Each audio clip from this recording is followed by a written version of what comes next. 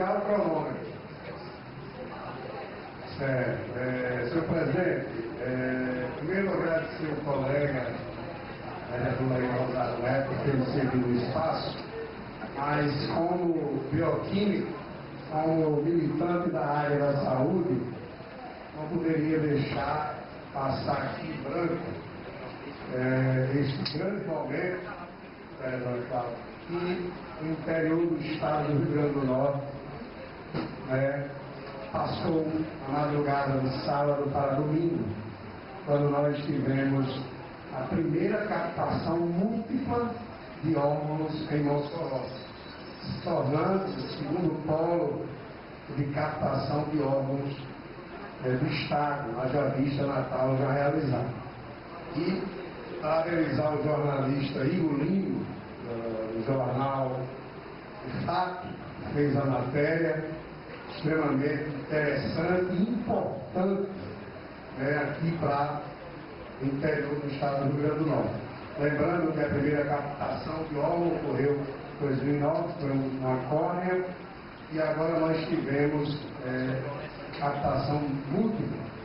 E a gente gostaria de começar o nosso pronunciamento elogiando toda a equipe, doutora Elizabeth Carrilho, que é uma, salvo engano, colombiana, que abraçou Mossoró, mora aqui em Mossoró já há bastante tempo, que é a coordenadora da equipe de transplante, doutor Fernando Lisboa Júnior, doutor Alexandre Borges, a minha querida amiga, colega de época de cursinho aqui em Mossoró, oftalmologista Kelly Regina Holanda Rego, o doutor Francisco Charles Raulino, grande anestesista, as enfermeiras Luana Moraes, Lourdes Miranda, Persília do Vale, Suzete Medeiros, Regiane Félix e Francineide Paulo.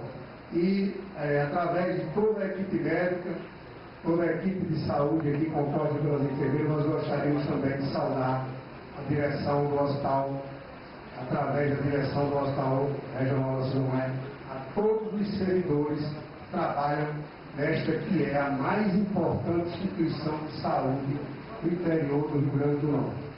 E a gente gostaria também, para que não esquecesse, de elogiar, na maioria das vezes, a família, porque muitas vezes, naquele momento, nós temos frações de segundo, haja visto alguns órgãos necessitar de horas para que sejam retirados e possa ter viabilidade para que a gente possa transplantá-lo.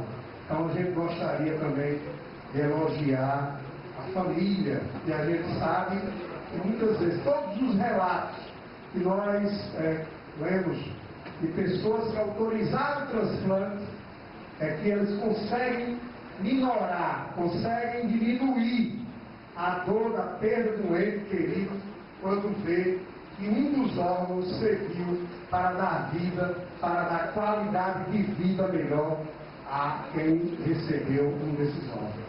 Então a gente gostaria de parabenizar imensamente a família desta senhora de 61 anos que autorizou a doação dos órgãos. E a gente gostaria também, senhor presidente, de aproveitar o momento, o discurso é mais para que a gente estimule as pessoas a doarem órgãos. No Brasil, nós temos uma taxa baixíssima de doação de órgãos. Salvo engano, se não houve muitas mudanças, vereador Daniel, nós temos uma taxa de 6, 6,2, abaixo de 7 doadores de órgãos por 1 milhão de habitantes. A Espanha, que é uma referência mundial, para os senhores preverem a diferença, chega a ter 35 doadores por 1 milhão de habitantes. Então, a gente sabe que houve uma dificuldade na doação de órgãos, porque, salvo engano, lá em 97, aquela lei que a doação presumida de órgãos assustou muita gente, porque muita gente achava que qualquer pessoa que estivesse mal no hospital ia tirar um órgão dele ali para doar para outro. Graças a Deus essa lei foi revogada e hoje é obrigatória a autorização da família. Então a gente espera que com isso a gente possa ter mais pessoas. E a gente gostaria de deixar aqui dados, né? Nós temos em torno de 34 mil pessoas à espera de um rim, 24 mil pessoas à espera de córnea e 6.500 pessoas à espera de um fígado. Então, a gente gostaria de lembrar aqui, Cláudio, eu tenho um amigo, né, que vou aqui preservar o nome de Alex Sisto, e ele, quando, naquela lei de 97, da lei presumida, eu acho que todos que estão me ouvindo se lembram que nós tínhamos que colocar lá na carteira de identidade quem não queria ser doador ou quem queria. E esse meu amigo fez questão, né, de colocar que não era doador de órgãos. E quis o destino que o filho dele precisasse de um rim. E lembro que quando ele me procurou para ajudar, ele tinha que fazer vários exames, ir para Fortaleza, e a gente sabe a dificuldade, e ele lembrou isso. Eu contestei veementemente ele, né? A gente chegou a discutir, eu mostrando a ele que ele não deveria ter feito aquilo, e pelo contrário, nós temos é que tentar orientar a população da importância de se doar órgãos, porque o que é que vale o corpo ir para a terra, sem uma córnea, sem um rim, sem um fígado, a gente saber que um irmão nosso vai estar ali, né? Ou vai ter a vida, porque muitas vezes está ali como diz o Matuto, na perinha de nada, entre a vida e a morte, ou então vai ter uma qualidade de vida melhor, quando uma córnea que o cara não está enxergando, vai passar a enxergar.